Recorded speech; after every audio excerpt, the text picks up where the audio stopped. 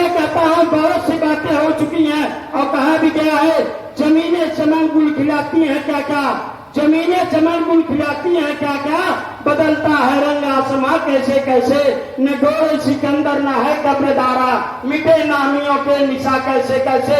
साथियों, हमने एक ऐसा यशस्वी सरकार भी देखा कि हमारा प्रमोशन भी हुआ, अंतर जनपदी ट्रांसफर भी हुआ और हमको सम्मान भी मिलता था। और आज ऐसी सरकार भी देख रहे हैं कि हमको कंपोजिट विद्यालय के माध्यम से हमारे पद को काट दिया गया, हमको 9,000 करोड़ का चोर कहा गया, हमारे कई से सुविधाओं को काट दिया जा रहा है। हम बैठे हुए हैं और हम कहते हैं कि नहीं सरकारें बहुत अच्छी हैं, सरकारें वो अच्छी है कहा गया है ना, और ज्यादा स्वार्थ का चल रहा है आदमी। तो हम भी कहीं न कहीं स्वार्थी, अगर हमारे हक की बात होगी तभी आपका जयकारा करेंगे, हमारे अगर हक की बात नहीं होगी तो हम एकदम बुलंद आवाज में कहेंगे हर चोर जुल्म के टक्कर में संघर्ष हमारा नारा है। ये आवाज दिल्ली और लखनऊ वालों को सुनाई नहीं पड़ेगी।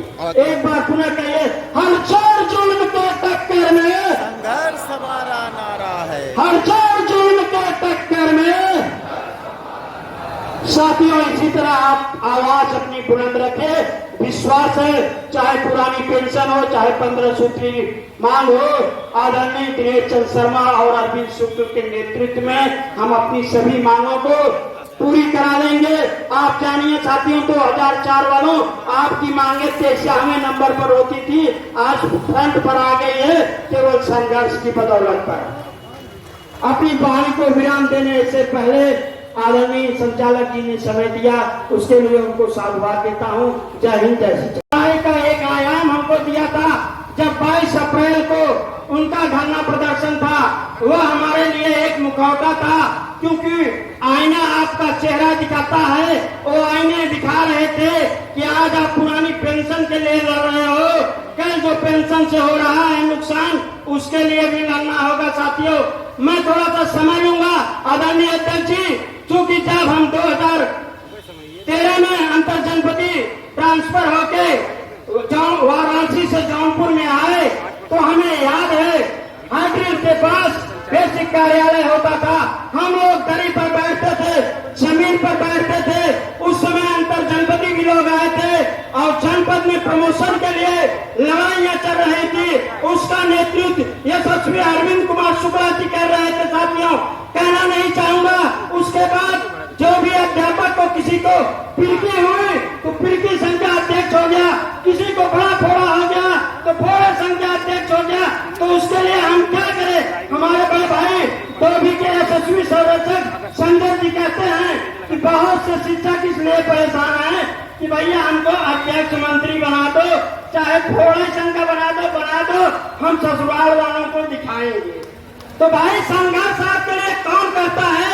मेरा कहने का आशय यह है, आपके लिए लड़ता कौन है, आपके लिए संघर्ष कौन करता है? निदेशक के खिलाफ जब आपके लिए आपका ऑनलाइन अटेंडेंस हो रहा था, आपका निष्ठा का हनन हो रहा था, साथियों, कहना नहीं चाहिए। उस आंदोलन में 1 लाख की भीड़ जब प्रदेश सचिवालय पर हुआ तो किसका नेतृत्व था और बैक फुट पर सरकार क्यों गई?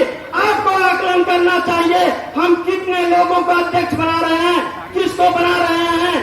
अरे, आप राणा प्रताप का भी जयकारा करते हो, चुपके से जय मान सिंह का भी जयकारा करते हो। इसमें लड़ने वालों की गलती नहीं है, उसमें इतिहासकारों की गलती नहीं है, गलती उनकी है जो सब भीड़ों में जाते हैं। उनको भी चिंतन करना चाहिए, हमारे लिए बहादुर कौन है, लड़ कौन रहा है, अधिकारियों से भीड़ कौन रहा है। साथियों, कहना चाहता हूँ, सितंबर का महीना था 2013 में, बहुत से लोग लगभग आए थे जौनपुर में, उनके लिए पदस्थापन की बात हो रही थी और प्रमोशन की बात हो रही थी। कहा गया कि जो अगले ब्लॉक हैं, सुन लीजिए, जो अगले ब्लॉक हैं, 5 अगले ब्लॉक हो गए।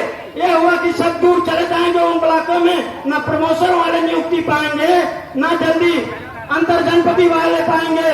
जो बक्सा और सिरकोनी का था वो आज टोपी और सोलता कला चला गया, उसके खिलाफ भी कोई उस समय लड़ रहा था तो अरविंद शुक्ला और उत्तर प्रदेशी प्राथमिक शिक्षक संघ लड़ रहा था। साथियों, और कुछ लोग, कहना नहीं चाहूंगा, आज भी आप देखेंगे जब सरकारी आदेश आ जाता है शिक्षक की एक मर्यादा होती है साथियों, एक पीड़ा रहती है। मैं मंचों से भी उठाता हूँ, शासन आदेश आ जाएगा, शिक्षकगण फला आ रहे हैं, फूल ले लीजिए और माला एकदम फेंकना शुरू कर दीजिए। आप इतना स्तर गिरा देते हो साथियों, कहने में कोई गुरेज नहीं करूंगा। आपको जो नीचे दिखाना चाहता है, आप इतना फूल भेजते हो, इतनी चाटपाटन लग जाते हो कि अधिकारी नहीं समझ पाता है कि कौन आपके लिए लड़ रहा है, कौन हमारी आवभगत में परेशान है। इसका अगर मूल्यांकन करना होगा तो आपको करना होगा। धरने की बात रही, आपका धरना बहुत सफल जा रहा है। अभी आप देखिएगा 12 बजे के बाद वो बहादुर भी आ जाएंगे और कहेंगे अध्यक्ष जी आ रहे थे, एपीएसए साहब आ गए, कहे छुट्टी भले लिए और जरा काम करा दे। ये बहाने बाद भी लोग आएंगे और आपकी संख्या बहुत मजबूत होगी साथियों। कहा गया है ना, जब लड़ाइयां छिड़ती हैं तो सेनापति बहुत सजग होता है, वो जानता है कि कैसे बहादुर सैनिक हमको आगे करें, किसको बीच में रखें और कौन पीछे रहेगा, वो उसको बहुत अच्छी तरह मालूम है साथियों। एक बार बहुत सी अच्छी लड़ाई ओपीएस के लेकर सभी कर्मचारियों ने संयुक्त रूप से दिया। उसमें कुछ न्यायालय के माध्यम से एक आदेश आया, हमारा नेतृत्व आपके हित के लिए थोड़ा सा बैकफुट पर गया। जैसा कि आप देख रहे हैं, आज 1 मई है, आज मजदूर दिवस है। आप भी कहीं न कहीं मजदूर ही हैं, उनके भाई हैं। थोड़े से कलम से संशोधित होकर आप शिक्षक हो गए हैं, जो 2000 और 2004 के बाद नियुक्त हुए हैं साथियों। भले एनपीएस कट रहा हो, आप लोग दिहाड़ी मकसूद से भी बदतर हो साथियों। वो 100 रुपए कमाता है तो 10 रुपए बचा लेता है कि बच्चों को पढ़ाएंगे। आप 100 रुपए कमा रहे हैं तो 1000 का पहले लोन ले लिए हो आवास बनाने के लिए, उसके बाद बच्चों को आईआईटी और नीट की तैयारी कराने के लिए आप भेज दिए हो। अगर आप जोड़े में कमा रहे हो तो आपका और खर्चा बन जाएगा। दोनों लोग रिबेल का चश्मा लगाओगे, सब फर्स्ट क्लास चलोगे, समान और चलना चाहिए। ये आपका हक है, आपको चलना चाहिए।